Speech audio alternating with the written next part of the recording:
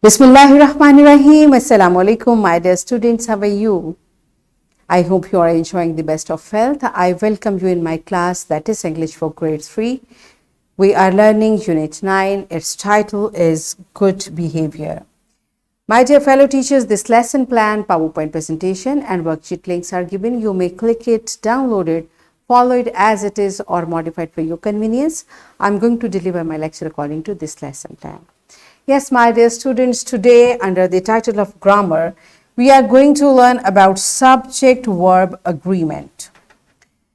Before this, in your Unit 2, I have taught you about verb, means action words, and I have also taught you about pronoun. I hope you remember these concepts because these concepts are going to help us to learn further to demonstrate use of subject-verb agreement according to person and number. Recognize that and use that pronouns agree with their nouns in gender and number. These are our today's SLOs.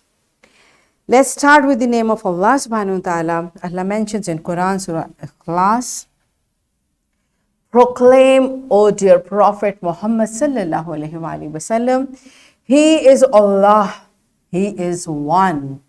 Allah is the unwanting, perfect, does not require anything. He has no offspring, nor he is born from anything, and there is none equal to him.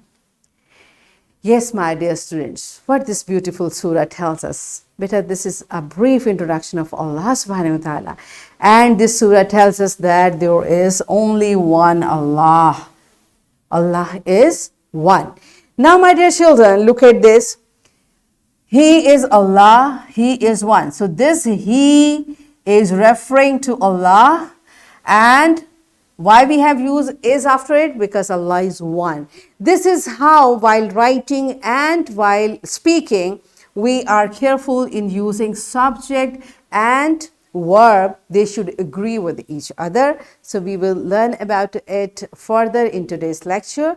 First, you tell me what is a subject and what is a verb and what is a pronoun. So what is a subject in a sentence? What is a verb? What is pronoun? We have studied about all these concepts. So first you pause the video, tell the answers of these questions to your teacher and then come back. Yes, my dear students, I hope you could recall that subject. When we write a sentence, most of the time this is the sentence structure, subject, verb and object. So what is the subject? The one who does the verb. What is verb? The action itself. And the one who bears the verb is object. So when we write a sentence or even when we speak a sentence, all these we have to be careful that subject and verb should agree. Though we should be careful about object as well, but for today's lecture, our focus is subject and verb agreement. So how do we do it? Look at this sentence. Ali is a student. Now, my dear children, in this sentence, Ali is subject. Ali is one we are talking about. That's why we have used is. Why? Because Ali is singular. So singular subject calls a singular verb. That's why Ali is. Right? So this is how, can we say Ali are, Ali am? No. Why? Because Ali is singular, and with singular subject we use singular verb, right? Now Ali and Amina, they are two, more than one. What they are? Now they are plural, and plural subject calls a plural verb. Ali and Amina are students. The way we say Ali are is wrong. Likewise, if I say Ali and Amina is student, it's wrong. Ali and Amina are student, because this are is plural for plural subject. Here Ali or Amna is not alone. They are two, more than one. They are plural. That's why after plural subject we use plural verb. Right? Okay. The next thing I ask you, what is pronoun?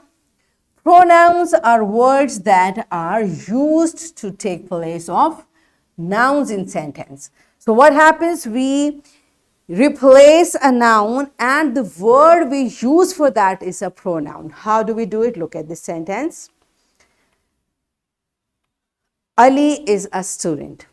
Now, if I want to replace this noun, what pronoun should I use?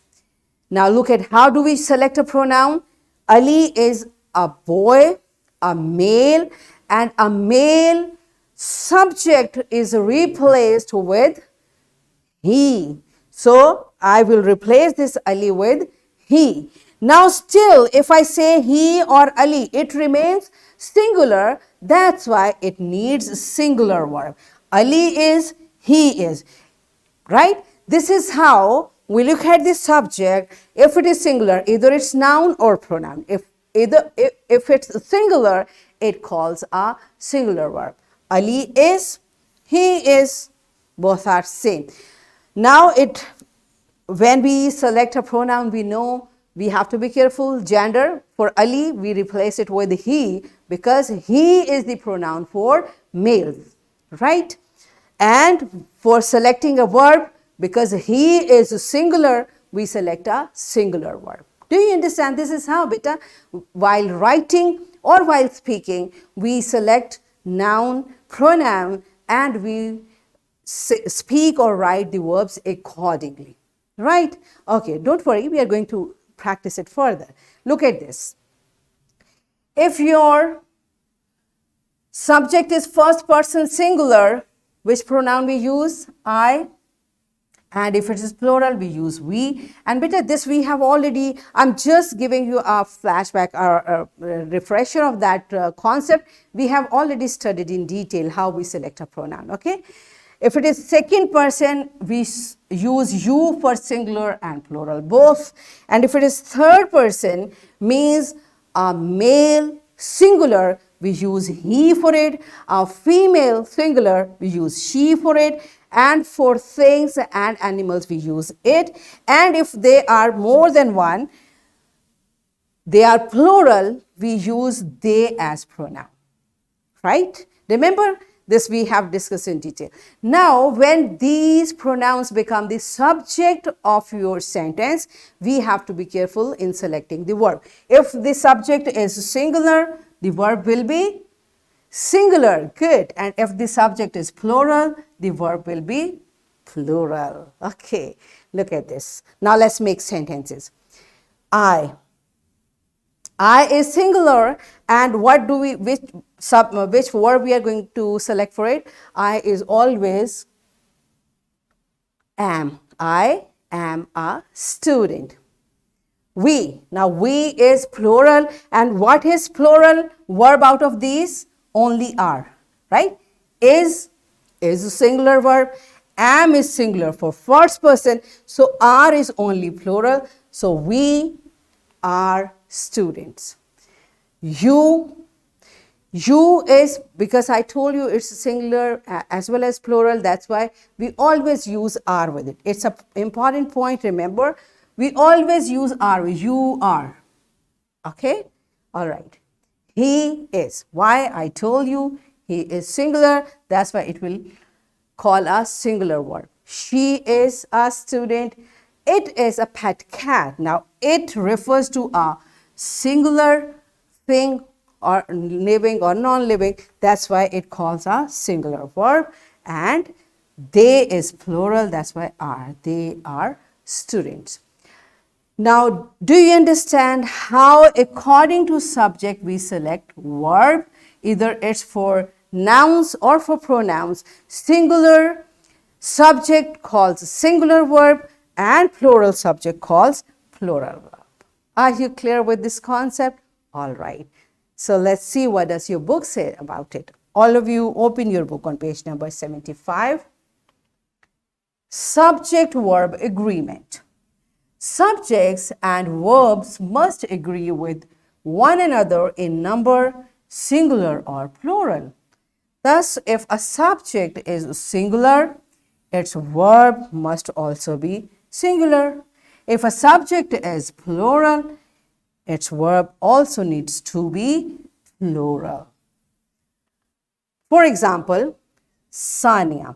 Now look at this. Sania is name of a girl. So it's singular. Singular subject needs a singular verb, and that is a singular verb. Sania is in the study room. Right?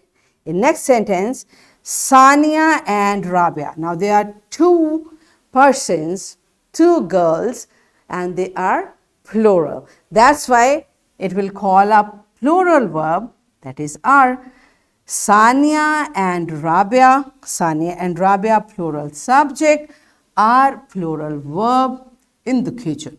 Or Sania and Rabia are studying, Sania and Rabia are there, whatever you're talking. But whenever it's a plural, you will write or you will use a plural verb. Okay. The next example is 10 students. Of course, 10 students, more than one, it's plural. That's why are playing in the playground.